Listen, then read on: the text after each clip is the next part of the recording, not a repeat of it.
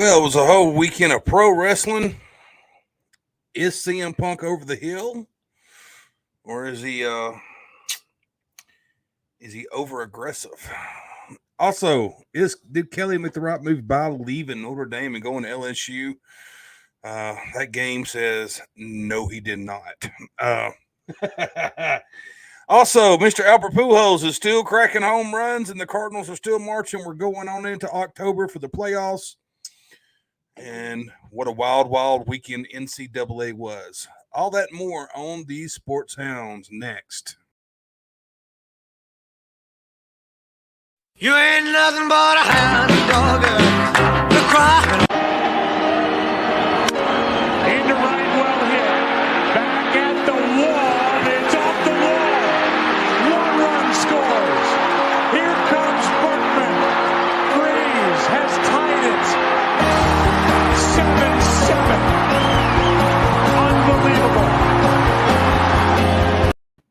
Yeah. Well.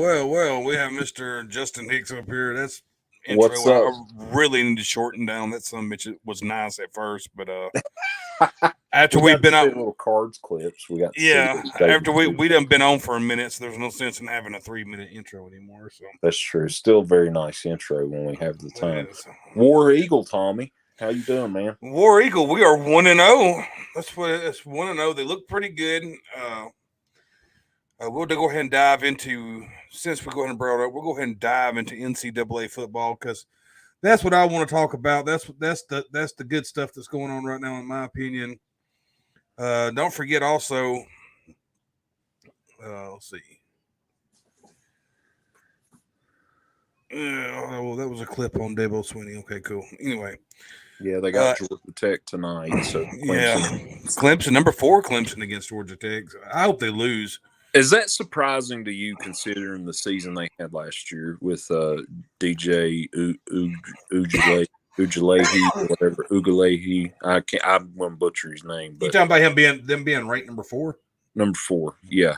Because it is to me just a little bit. I don't know. It don't shock me from the standpoint because they don't do it based on what your season is. They do it mostly based on recruiting. Your talent, yeah. You're right. They're going to be one of the top recruiters, and I get that. But if that guy's still at the QB, I mean, that's how Dabo runs his whole offense. We've seen it with Kelly Bryant, Deshaun Watson, and Trevor Lawrence, and DJ just didn't seem like the guy. So we'll see tonight, I guess. I mean, Georgia Tech should be easy, but this weekend proved a lot of things. Not everybody's as easy as you think. Let's go ahead and also talk about your team, West Virginia, who almost pulled off the upset against number 17 Pitt. How do you feel about the Mountaineers? Devastated because we should have, as you mentioned. I mean, 4th and probably 3 to 4 inches, maybe a little bit, maybe 5. And Neil Brown, we're supposed to be air raid, okay? He's a Troy guy. We're at Troy, Louisiana, down south. Phenomenal. I'm not dissing Neil Brown, the guy, or even the coach. I'm just wondering what the culture at WVU is supposed to be. We don't have the talent that Pitt has. You just mentioned recruiting. They were in the ACC championship game last year. I believe they won the ACC championship last year. I can't remember right off, but we're not getting 4- and 5-star recruits regularly. So to smack them in the mouth at the Backyard Brawl, the 105th edition of the Backyard Brawl, and we're losing that one badly. But I mean, we held steady defensively. We had a block punt for a field goal. We took it back for a field goal. We had an interception. We had, I know, of one fumble because I did miss a little bit of the first quarter. Our defense looked very solid throughout, but JT Daniels, coming from USC and formerly of USC and last year's Georgia Bulldogs, I don't know, man. He's got to connect with these receivers. We got Ford Wheaton out there. He was pretty much it. He got hit late in the game, took a massive hit when we're trying to come back.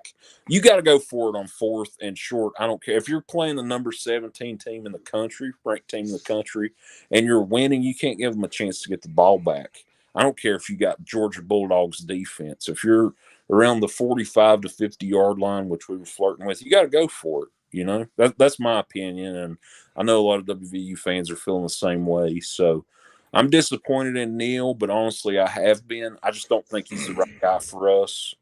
And competition is just going to get harder as the weeks go on. We got OU, we got Oklahoma State, Texas, Texas Tech, all these teams, and it just sucks, man. We were so close to beating a 17-ranked ACC Pitt, and it's hard being a WVU fan, but that's how it ends a lot, unfortunately. Speaking of Oklahoma State, they get the win over CMU. Excuse me. Also, Wake Forest gets a win over VMI.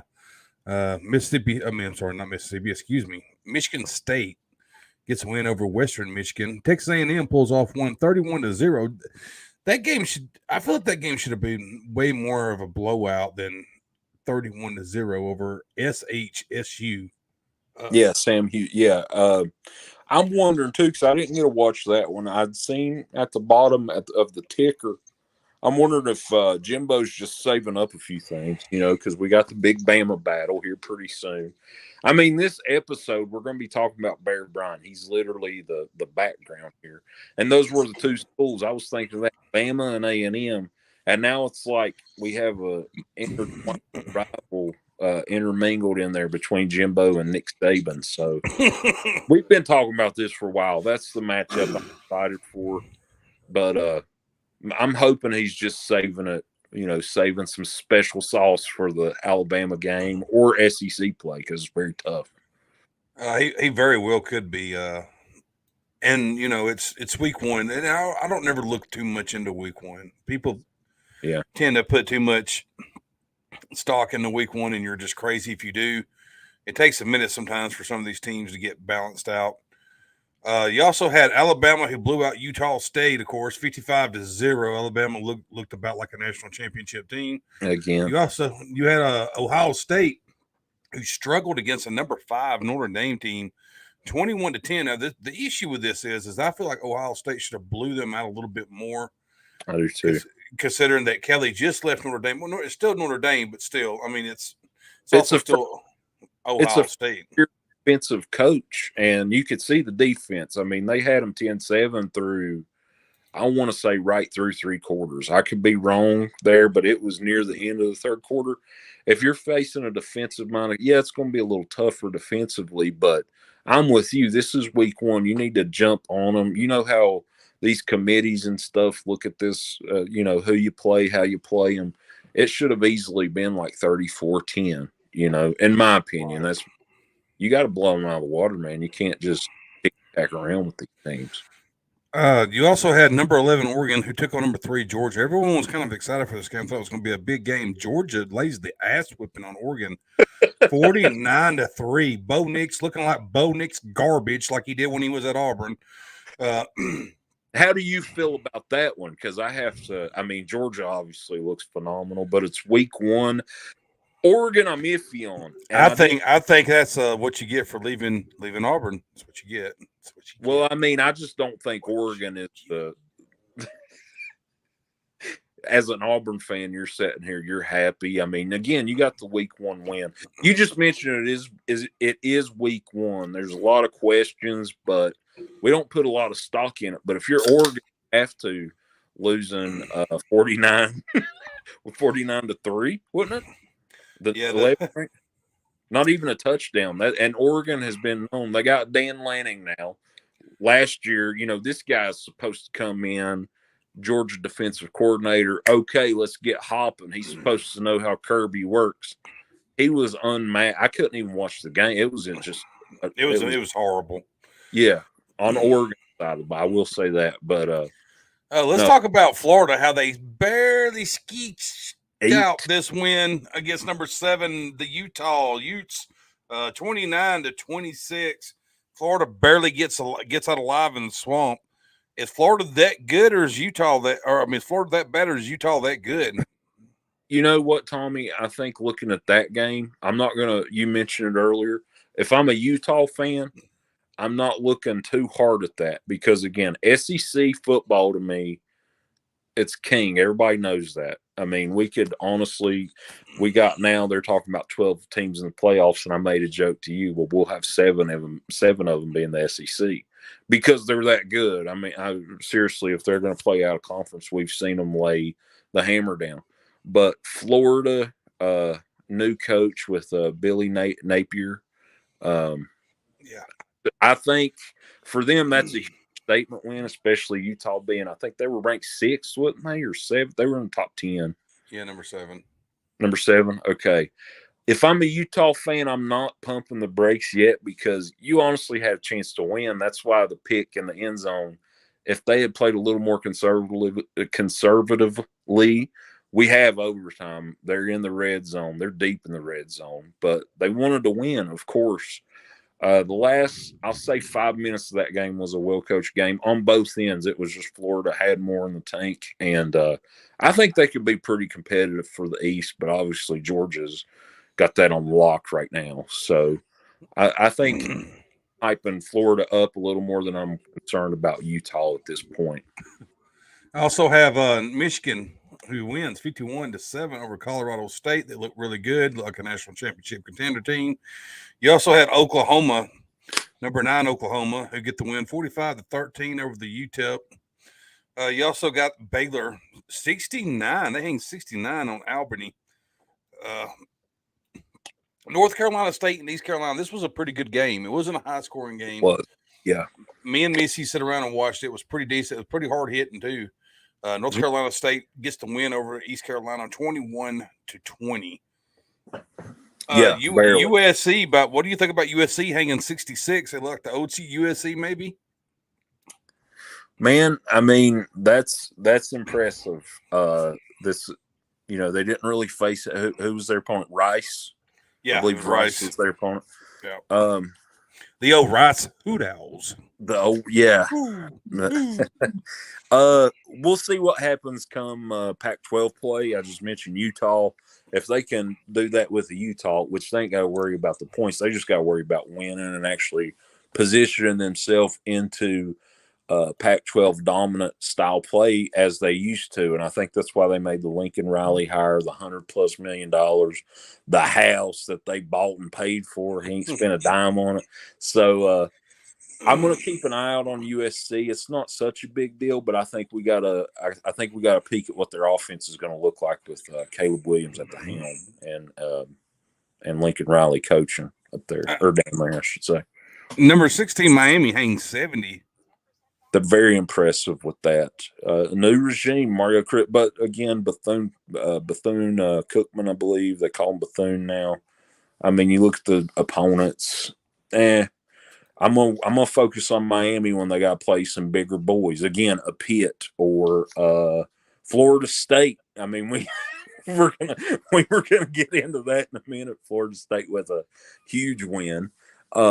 But I'm going to focus on Miami more when they play the Clemsons and the just the ACC opponents, just because Bethune-Cookman is kind of down here in Miami.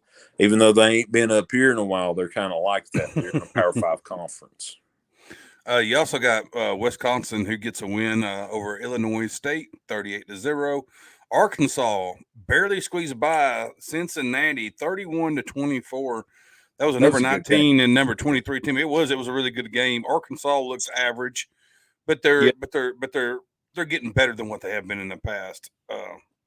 You also got Kentucky against Miami, Ohio, 37-13. It wasn't a very impressive win. I still don't know how. I think it should have been more. We were tied in that one for a while, and then it got to like 13 or 14-7, whatever score. And I was like, man, Kentucky, really? Y'all are supposed to be an East. When you think of the East now, Kentucky, it's a basketball school. And I know Mark Stoops hates to hear that. But when you play Miami, Ohio, you got to put 60 on them, man. You got to do what everybody else is doing, or you're going to be mentioned as a basketball school. So, I like Mark Stoops. I hope the best for Kentucky, but if you're asking me top SEC team, maybe in the East they can lose to Georgia by 4 touchdowns instead of 8 or something like that. Right, But, right. we'll see. I don't know. Again, week one. That's it. That's if they can get lucky and get by Florida again. There's no guarantee of that. Florida, again, Florida kryptonite too forever. Like my whole life, it feels like Florida's just whooped up on Kentucky. Yeah, they have. You also had Ole Miss, who only beat Troy 28-10. I figured they would have beat them a little bit better than that. You also got Houston 37 over the UTSA 35. BYU hangs 50 on South Florida. That's pretty embarrassing for South Florida. They used to be better than that. Yeah, of course, we know Auburn got a win, as you mentioned. They got a win, so we'll see what they can do. They look pretty impressive. I mean, as far as what they could look, I'm really impressed more with our backup quarterback than I was actually impressed with TJ. That kid's got some damn speed. There's a couple of things we work on, but I love Brian's attitude of everything needs to be worked on, and that's what you want to hear. It's all needs to be worked on. And since the last time we talked, I got a question. Y'all's athletic director was actually fired, correct? He stepped down, or he stepped down, but he was pretty much pushed out.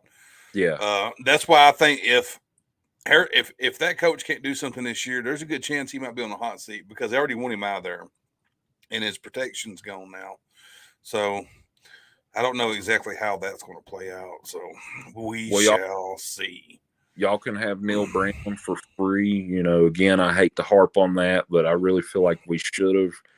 Dante Stills, I think, in that game had at least a sack or two, but a couple tackles. Oh, man, I'm hating that. But our squad's a tale of two teams because after week one of us got a win and one of us got a loss, Tommy. So that's hanging above. We got some baseball scores here. Okay. Going on right now in the bottom of the 7th, you got Toronto leading Baltimore 8-3. In the bottom of the 3rd, you got Arizona leading San Diego 1-0. You also got St. Louis. I mean, not St. Louis. I'm sorry, but Chicago White Sox 3-1 over Seattle right now. They're in the middle of the 3rd. Top of the 2nd, still a tie game between Texas and Houston. Let's see here. You got a final here that just popped up. It says Toronto 7, Baltimore 3. That was a double header I believe today for Toronto and Baltimore. I could be wrong, but that's actually a playoff race right now. Wild card, I think. Baltimore 3 or 4 games back. So depending on how today plays out, they're either going to be 3 to 5 games back. We don't know. St. Louis takes a big loss today, 6-0 to Washington. But St. Louis also just swept the Cubs pretty badly. And also, as we had talked about, Pujols hits another home run. He's almost at that 700 mark. I think Missy looked yesterday, and they still have 28 or 27 games or something. So he easily could get it if they keep pitching to him. Yeah, that's what I'm saying. I think they will. I hope they do out of respect because this is something that never happens. This never – it's a rare feat, of course. He's top 5 now. He's one, I believe, away from tying Alex Rodriguez, who I hate on Shark Tank, by the way. I watched Shark Tank last night, and he is the worst shark because he wants to talk about his baseball career every 5 minutes. That's fine.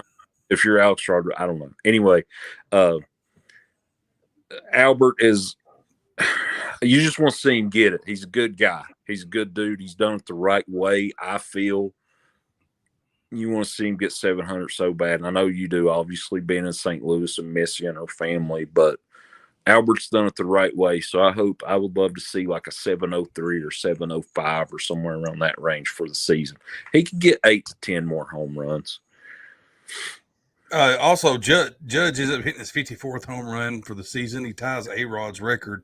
He helps the Yankees win. So, and also, he's chasing Pujols is also chasing that record of A-Rod's. Let's go ahead and going into complacency at this time. So that's a great time to be alive. It sure is. Well, let's talk a little pro wrestling, shall we? We shall. We shall. This past weekend, you had a lot of wrestling that was going on. Everything from WWE to AEW. WWE had 2 pay-per-views. AEW had their all-out pay-per-view in Chicago. I watched the Castle pay-per-view. for WWE, it was average, and I was kind of getting into it, I guess you could say, but they really screwed the ending up. I didn't like the way the ending was with Roman and the whole, and I think it was one of those things they didn't play on it.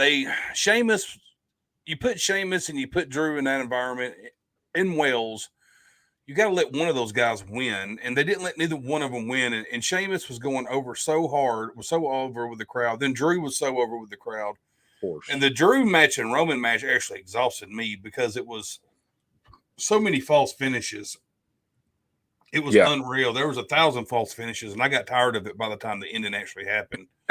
I just rewatched it actually, and it was a good match again for WWE programming. But as you said, if I'm gonna at least let something happen because they both got enormous, just loud, out of this world pops. I mean, on to the UK, man, give them something. And if I'm not mistaken, I think they said this on pay-per-view. This was the first time that they had held a UK pay-per-view that an actual European over there, Scottish descent, Drew McIntyre, since 92, British Bulldog, my favorite match, British Bulldog and Bret Hart at SummerSlam. So this should have been a bigger deal than it was. Like you said, I felt like they could have built on a little more, or even at the end. I hope they're not falling into the old ways of screw finishes or anything, but obviously they have been for forever and a day now. So I would say I enjoyed the clash. I will say that I did, but again, It was all right for what it was. I know what it was. And then if anyone kept up with anything that's been happening today, as far as, I mean, there was a couple of rants that went on last night at the press conference of AEW's press conference. One of those rants was from Tony Khan that was pretty pissed off that WWE chose to run 2 shows this weekend.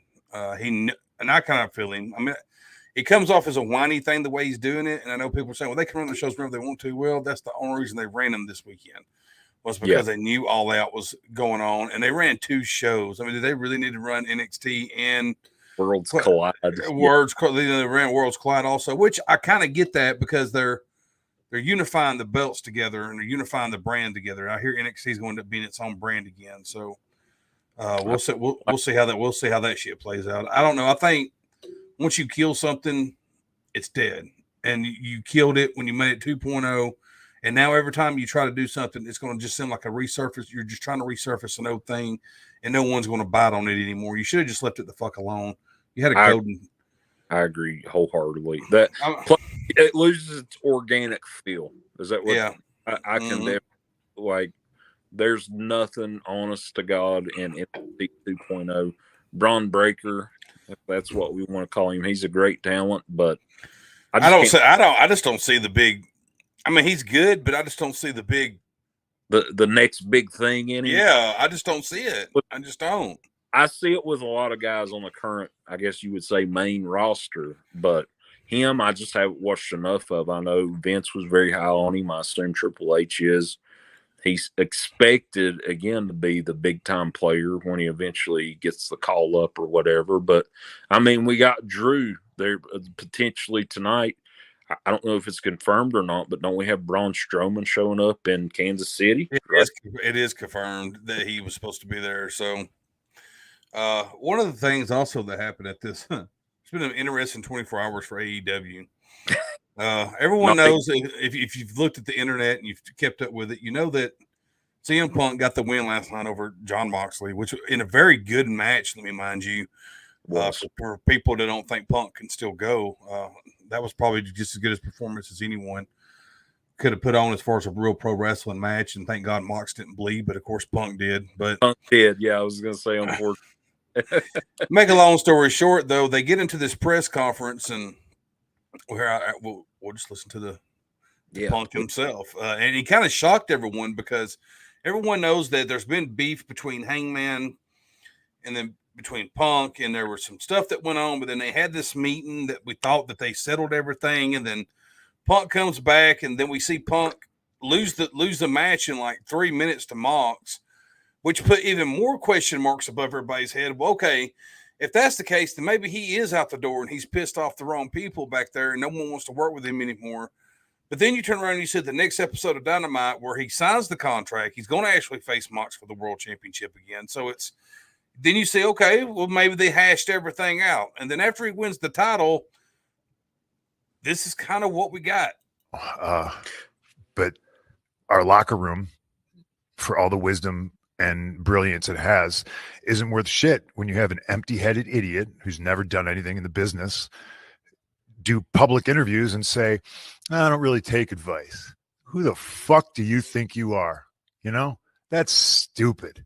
I'm on a team with Barry Bonds, Mark McGuire, Sammy Sosa, and I don't need to work on my swing. I'm not going to listen to these guys. They're going to tell me how to swing a baseball. Fucking go fuck yourself. That's how I feel about it. I dare you to fucking say that to Terry Funk's face. I don't need to listen to you, Mr. Funk. I know what I'm doing. Fucking grow up. Question for Punk. I'm sorry. From Speak Bleacher up. Report. What? So we can't hear you. Sorry. Question for CM Punk. Phil Lindsay. I'll tell you why I'm upset about it. Is because if you're an EVP, you don't try to middle your top baby face. Try to get your niche audience that's on the internet to hate him for some made up bullshit rumor. Really pisses me off. Stepping on your own dick, trying to fucking, make money, sell tickets, fill arenas. And these stupid guys think they're in Reseda.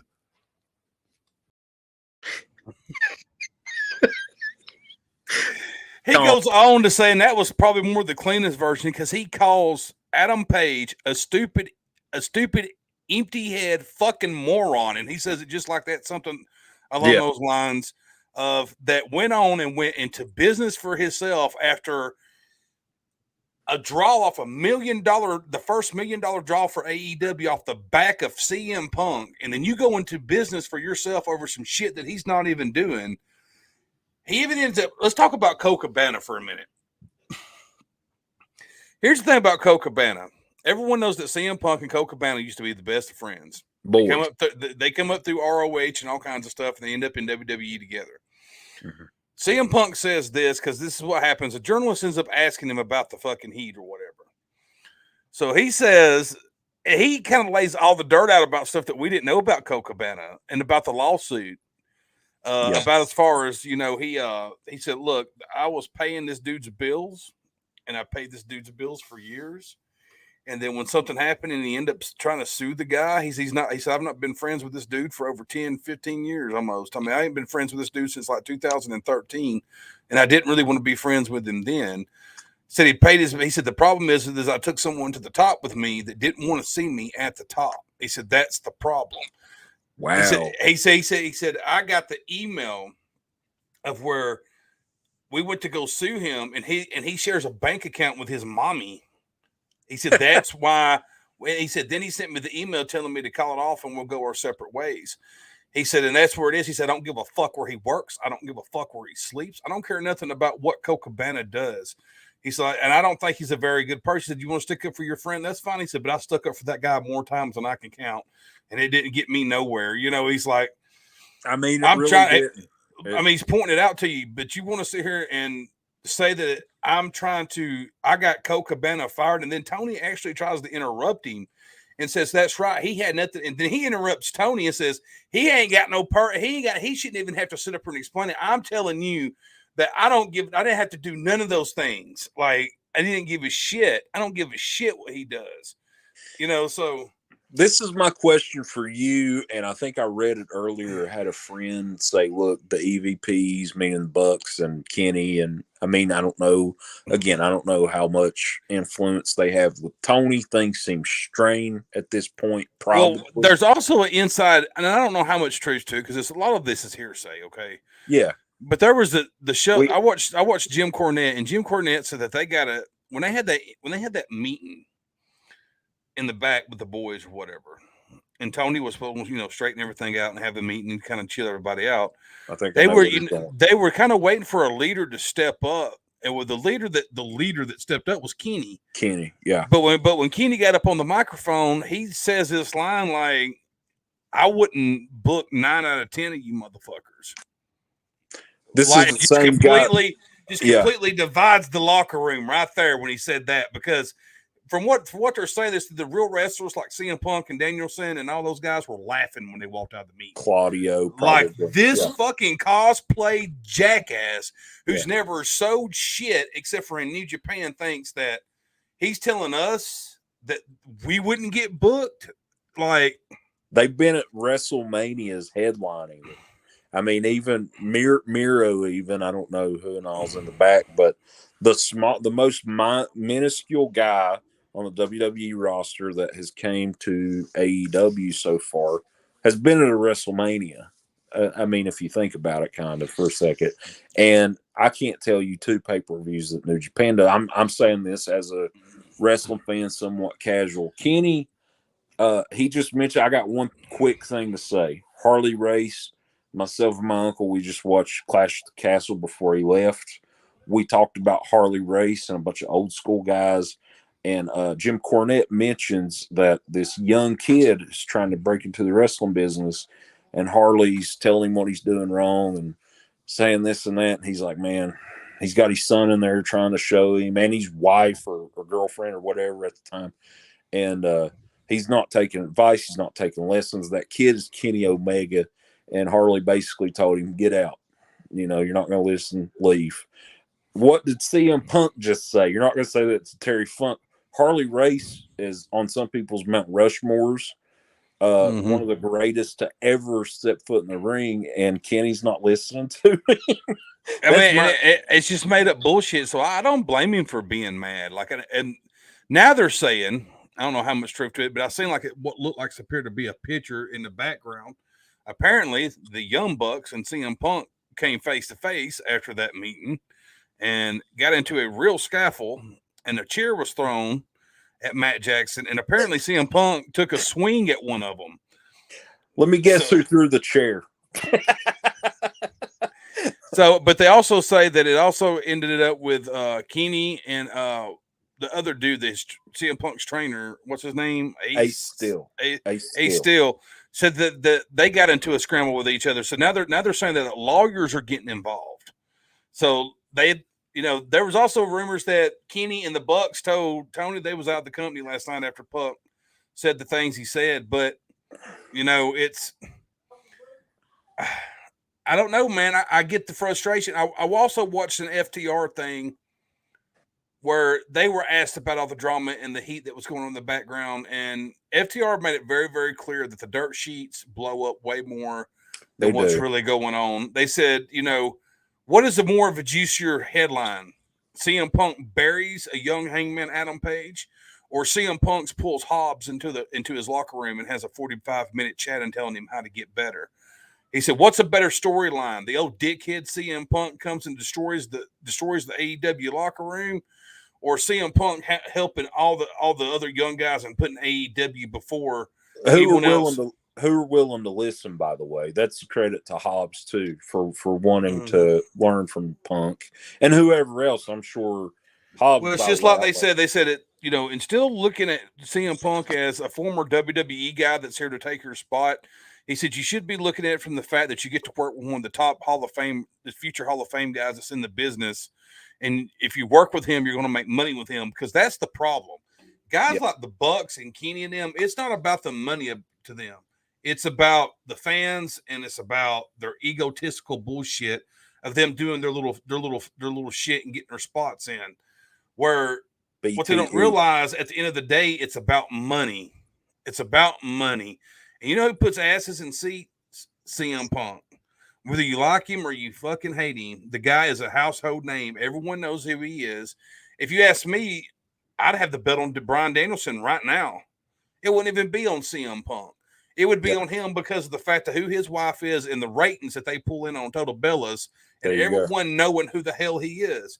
They're going to watch just because they know him.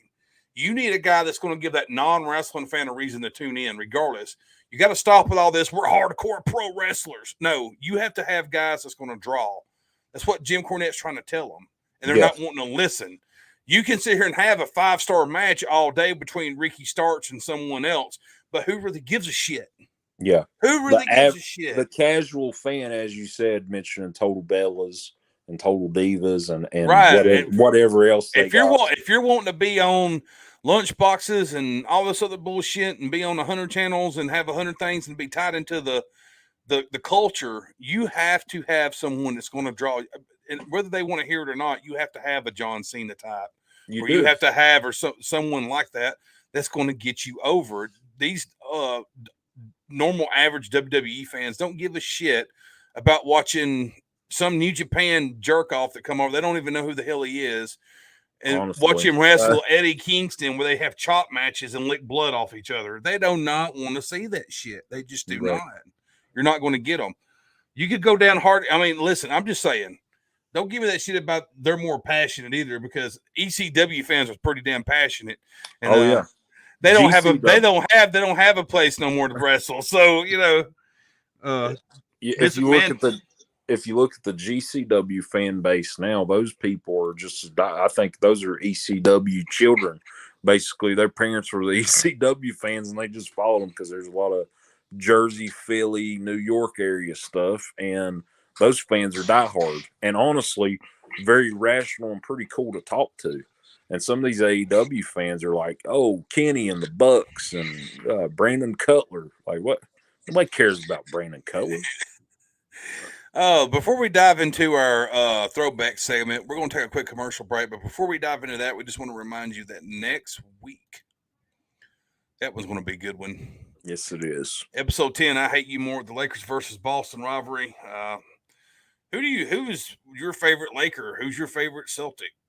Come on and tell us which championship do you like the best. Those two are embedded into hate each other. Whether you're a Magic fan or you was a Bird fan or whatever the case may be, a lot of reasons for each other not to like each other. If you're a fan of another, like the Jazz, you still know about this rivalry, and I believe you'll have a preference. I know I do as a Knicks fan. If you're a Jazz fan, I feel sorry for you. I do too. I just wanted to throw a random team, and they've been in the news. But I feel sorry for you if you have to live in Salt Lake City. It's beautiful, but that's all they got going for them. That's all they got. I hear it's the most horrible place to live in the world is to live in Utah. There's absolutely nothing fucking there. Nothing.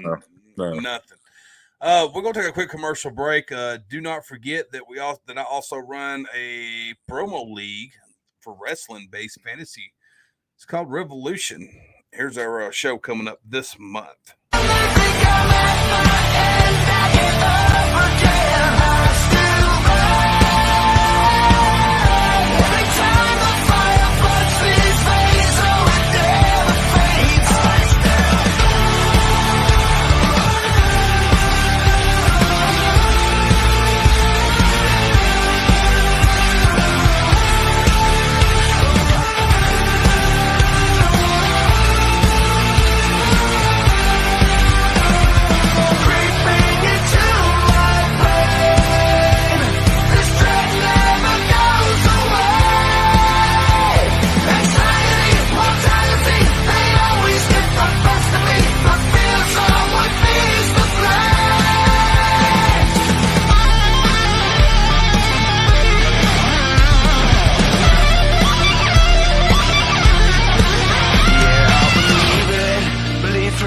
Sacrifice it, offer it, my soul still stirs, and I still burn. Even when they think I'm at my end, I get up again, I still burn. Every time the fire puts these flames, oh, it never fades, I still burn. I go on and on.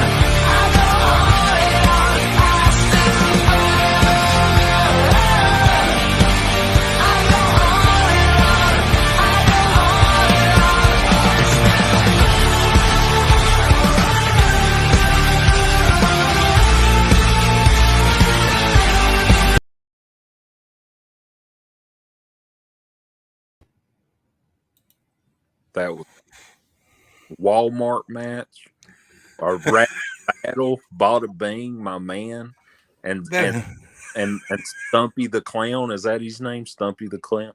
A guy who's watched the show. I love Stump, by the way. Not even really talking to him, but he's a big fan of Wrestling, obviously, football, NASCAR was his thing, right? So All right.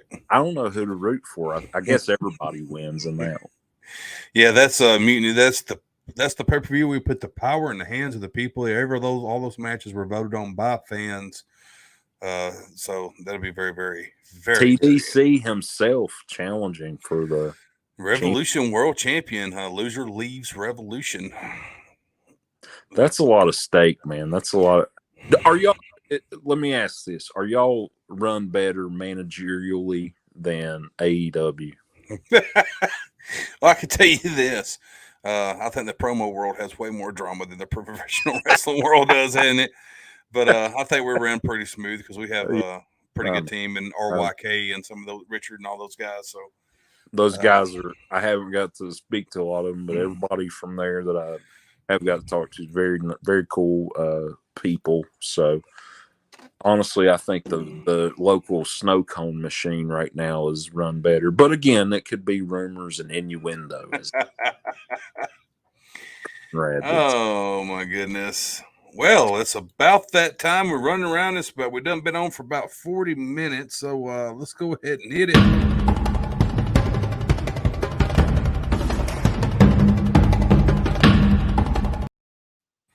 Showcase segment for the night, as you see in the background, is about Paul Bear Bryant. Now, I can tell you, as you see, I have an Auburn hat on. I am an Auburn fan. I can tell you for many, many years, I had to listen to Alabama fans boast and brag about this asshole like he was a god that walked the sidelines. But, you know, we could go ahead and just admit that the fact is that the guy basically was a god that walked the sidelines. He kind of was, yeah. He kind of. I mean, the guy was a beast. He coached in other places, but Alabama was the place that he coached that he had all his success at. If you do not know who he is, he was born as Paul William Bear Bryant, September 11th, 1913. Made all the way to January the 26th, 1983, and he was an American college football player also and a coach. He's considered by many to be the GOAT. What's bad about this is Alabama has two coaches that they can argue that's the GOAT of football. That's true. We have a modern day kind of battle, right? Right. Pretty much, you have Bear Bryant in the past, and that's what I'm saying. If you're an Auburn fan, it never ends. It sucks because they had Bear Bryant all those years and won those national championships. Yeah. Then you turn around and then you got Nick Saban who comes right in. But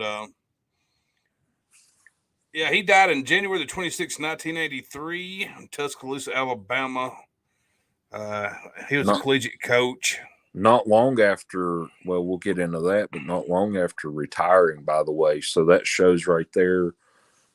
I think once you've heard many times, guys or women, whoever, they find that true passion or something they love, and they just hang on to it. And once it's gone, they ain't too far after. And he died months after he leaves Alabama. You know, after he. It's not too long, but I thought that was very interesting. I knew it was shortly after, but I think it's just months pretty much when you round it up. He also played high school football. He was all-state at tackle. He went on to the University of Alabama in Tuscaloosa, and he played from 32 to 36, where he was a blocking end during his collegiate career. Team won 23 games, lost 3, and tied 2. Played on the team that beat Stanford University in the Rose Bowl in 1935. So you can also say that he also had another championship as a player. So this is kind of funny, and I got a question for you here. You know how you said blocking in? That's the tight end. That's what, because when I clicked on, I was like, what kind of end? Is he a D end? Is he a what? And it just says that used to be what they were called. They played so much weird. They played so many weird positions back then. The plus players played both ways, offense and defense a lot. Yeah. So like, then back then they probably didn't even. It was weird how they used the tight end. Also, it was I think they only used the tight end back then totally for just blocking. They didn't use blocking. Nothing else.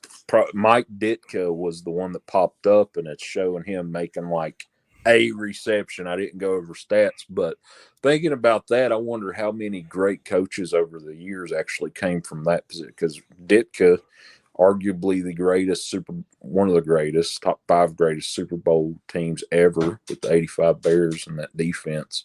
But and then Bear Bryant, an icon.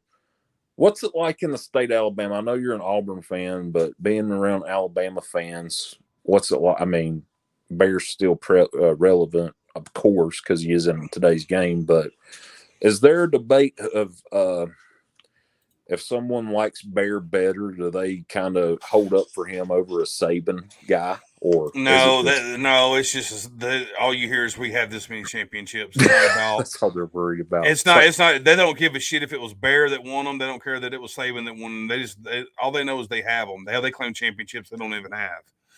That happens. Yeah, there's a lot of unclaimed that happen out there, and that they make the acclaimed. That's a little inside AEW.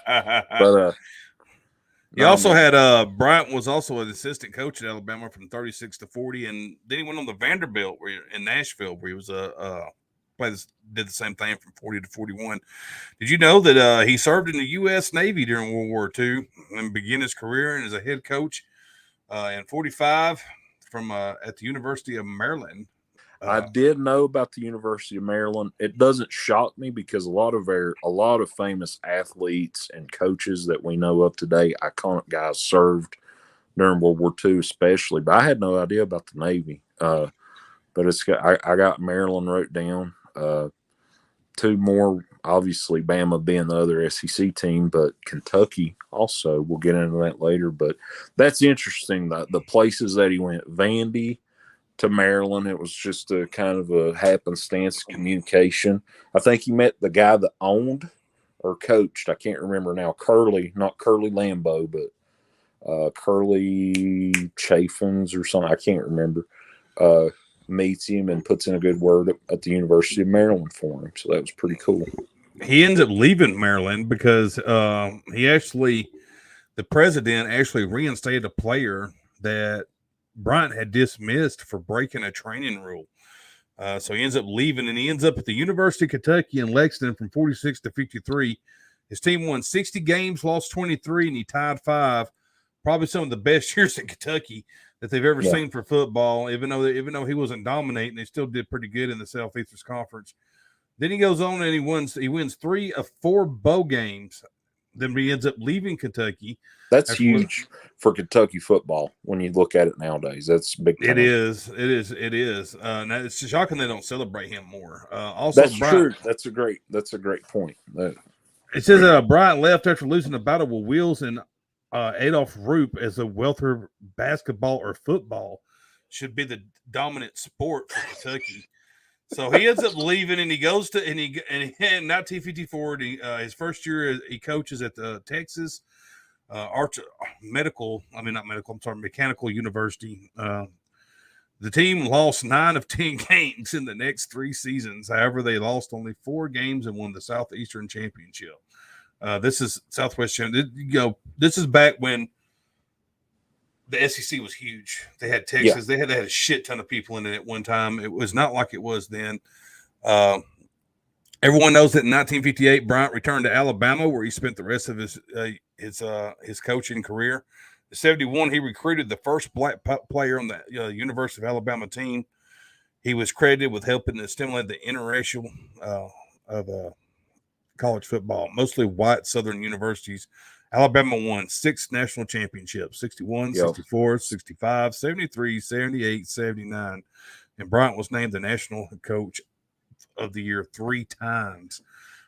Alabama played in 24 straight bowl games, including the 1982 Liberty Bowl. That's insane. That is just insane, man. Like the wins is insane. He built a powerhouse at Alabama. There's no denying that. Bryant's teams at Alabama average of 9.28 victories a year, and unequated by any other college coach. Bryant's career coaching record of 323 regular season wins, 85 losses, and 17 ties was finally broke by Alenzo Stagg for the most games won by a head coach. The record of 323 stood until it was broken by Eddie Robertson. Yeah. Great, Don't forget, he also coached Broadway Joe Namath. Yeah, Joe Namath. There's a ton of guys actually. To your point about recruiting the first African American to the University of Alabama, there was a little bit of controversy in his time at Kentucky. The athletic director, and I didn't get his name because when you think of Kentucky, we mentioned this earlier, it's a basketball school. Well, right. there's speculation, rightly so, that Adolph Rupp and the athletic director at the time, definitely, from what I could find out, was not keen to the African American community, not crazy about recruiting them. And Bear had actually wanted to, and for whatever reason, you mentioned football more important or basketball. Maybe that was a reason, because Bear was he was an integral part of recruiting. Look at the games he won and the guys he recruited. Not saying other schools didn't do this, but he was the guy to bring the first African American player to Alabama, and the rest is history. There's facts out there. Pat Riley, they did an interview with him. He went to Kentucky, recruited by Adolph Rupp. Adolph did not really recruit black players. So Bear is really kind of groundbreaking, I guess you would say, in that aspect, and that's not really talked about enough. They talk about the Texas A&M, the Junction Boy treatment, and how practices were. It was militant style. He wouldn't give them water throughout 120-degree weather or whatever it was, and a lot of them quit. Some of those guys quit, and back then it was a different time, though. And I'm not saying that on the hate. I'm talking about the actual work and practice and work ethic of this is unheard of today in NCAA rules. You can't do that today. So kudos to Bear, except on the Junction Boys. I don't know if you have anything wrote on them, but there's some pretty rough stuff. But he made men out of them. He really did. That's how you win all those championships.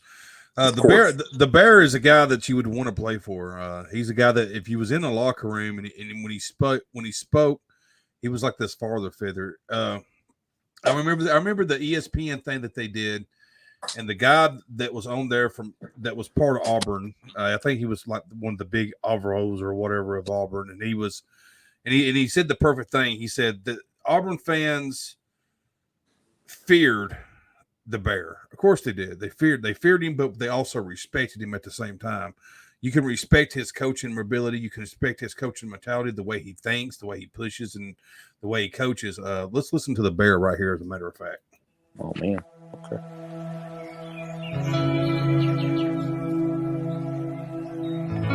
This is the beginning of a new day. God has given me this day to use as I will. I can waste it, or I can use it for good. What I do today is very important because I'm exchanging a day of my life for it. When tomorrow comes, this day will be gone forever, leaving something in its place I have traded for it. I want it to be gain, not loss, good, not evil, success, not failure, in order that I shall not forget the price I paid for it. You have got to be better in all three areas of life, which of course are spiritual, mental, and physical. You must be able to discipline yourself. If you don't learn but one thing out of football, it'll be worthwhile. There's certain sacrifices that you will have to make. There are going to be many sacrifices you have to make in later life. To fight. Oh, I don't mean fist fight. I mean to get up and come back and get up and come back and get up and come back again after you've been knocked down. And that could happen to you in later life. But if it does, you're going to know how to handle it. There's no one that ever has or ever will accomplish anything alone. I've read about self-made men. That's Tommy rot, as far as I'm concerned. I don't even know how to define intangibles. And I know that if you learn these lessons, you'll have it. And if you have it, you'll win, and you'll be better prepared in those 3 areas of life that we've been talking about. That there are going to be times for everyone that you're going to get discouraged. But if you never lose sight of your objective and never give up on yourself, if we do that as a team, 11 at the time, 4 years from now, why, you'll be walking out of here as a national champion. And I'll tell you this, I expect nothing less.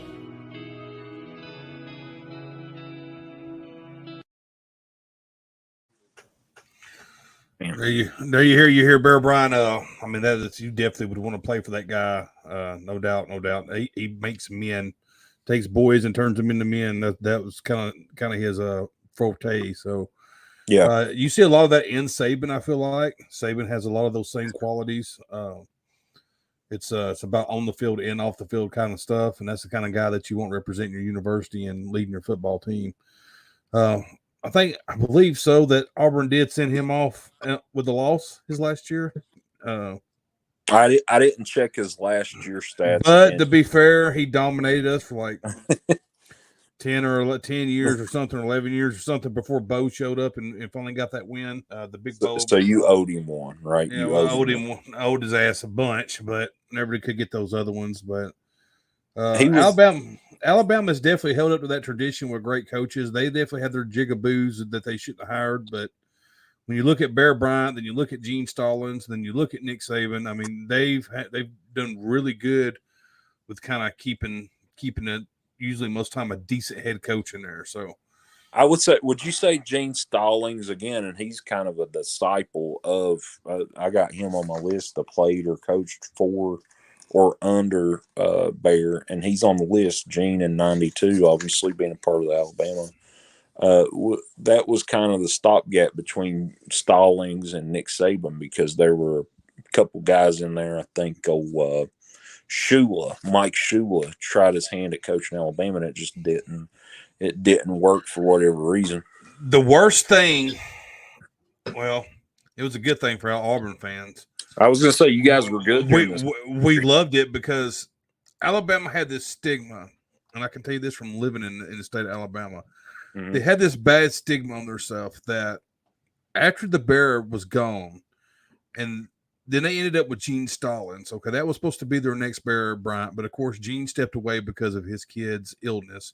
Yeah, and he wanted to spend the rest of his, spend his last, all the days he could with his kid, Of course. Which makes sense. But so when Stallings didn't play out, that was like a rich gut for Alabama because then they started, if anyone had ever worked for the Bear, coached with the Bear, watched the Bears' car, they thought that guy had some kind of inside information on how to win football games.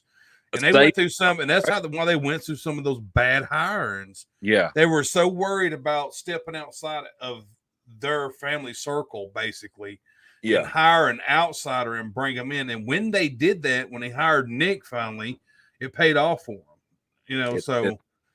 Toledo. And in those years, we dominated them because they were just being stupid. They were just making bad decisions, and they hit the panic button every time they would hire these coaches and bring them in. Well, he used to work with Bear over in Kentucky back in blah, blah, blah, blah, blah, blah, or he played for Bear in Kentucky and this age, or he come through Alabama.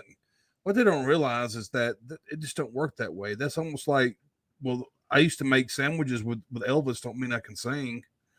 Yeah. It just don't work that way. Elvis. Maybe he makes a better sandwich. I hate the whole, and that's become a thing. You think because, and sometimes it does work. I will say that sometimes that's a rarity. Would you like to step in the shoes of Nick Saban at Alabama? A lot of people think it's Dabo already cued in. I don't know. I wouldn't want the job. I wouldn't want it, and I don't think Dabo wants the damn job either, to be honest with you. He went there, and he's an Alabama guy. But, I mean, if you just think of it, if you don't win within 2 years, you're probably gone.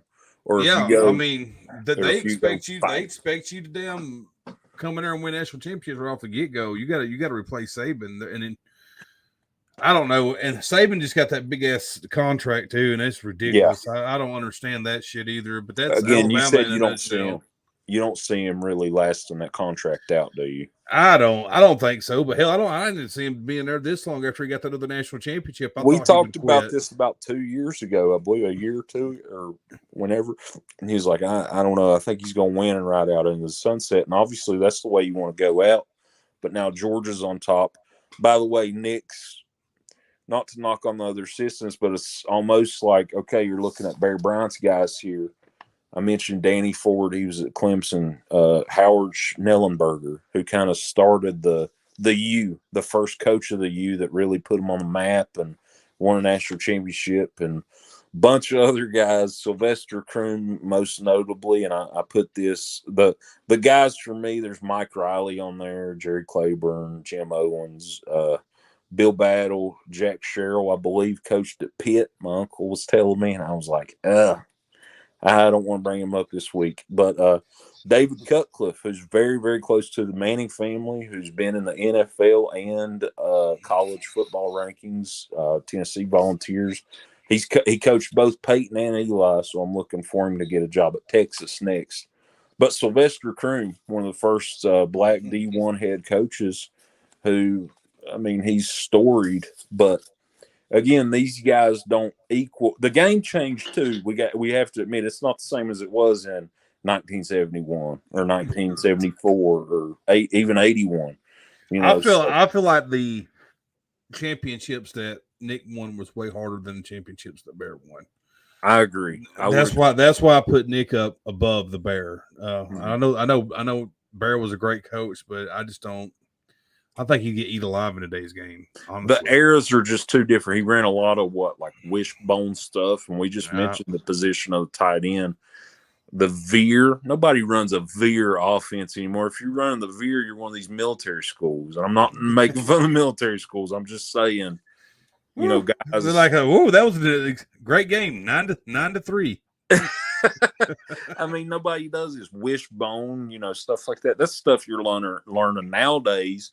And this has even evolved. The game's just evolved so much that these guys wasn't very successful, as you said. You know, Gene obviously took the program, but you told me that about his son. I didn't know that. I think a year ago you was telling me about it, and I respect him for that, and I'm glad he got to spend time with his son, obviously. But the game's just so much harder, man.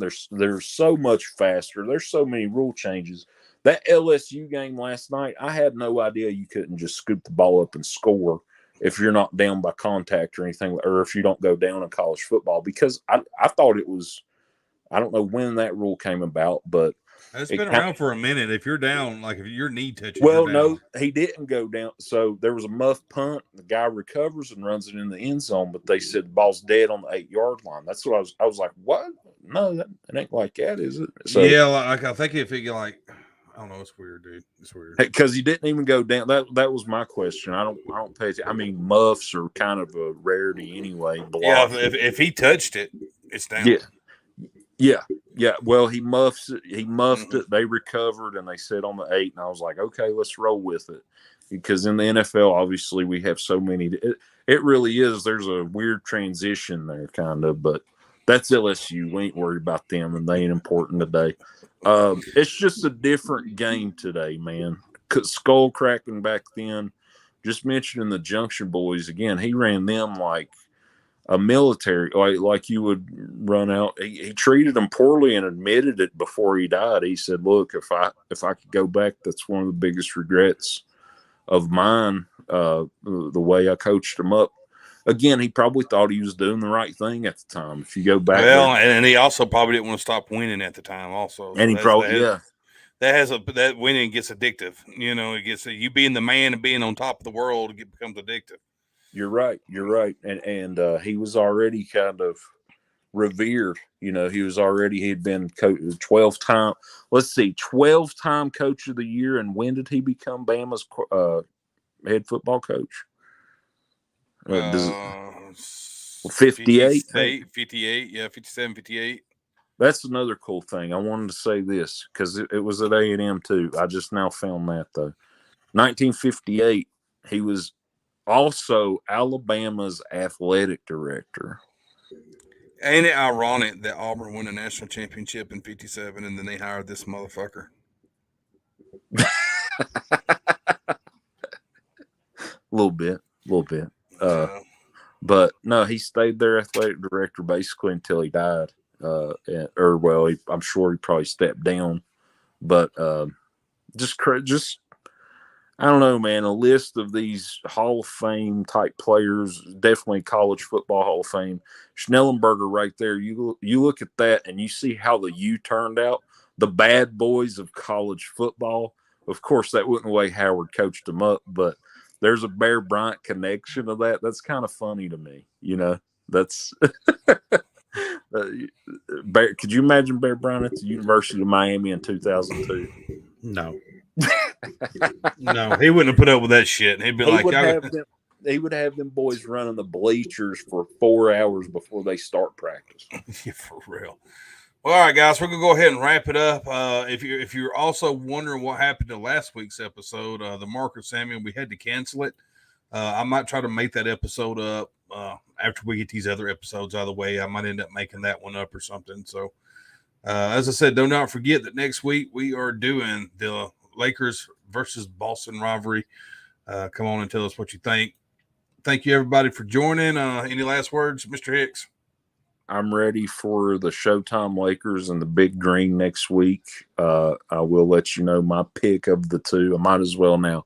I prefer the Lakers, although they're both evil.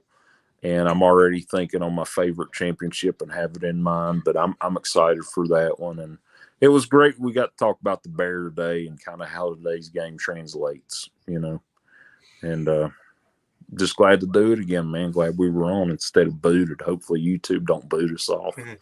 Yeah, that was a mistake. We got an episode missing because I forgot to put the filter over everything. So a boo boo, yeah, a boo boo. That happens. Oh well, I got cocky is what it was. We weren't getting slapped, and I got a little cocky. That's all it was. Oh well, it is what it is. All right, guys, we're gonna go ahead and get out of here. Don't forget to like and subscribe and be a sports hound too.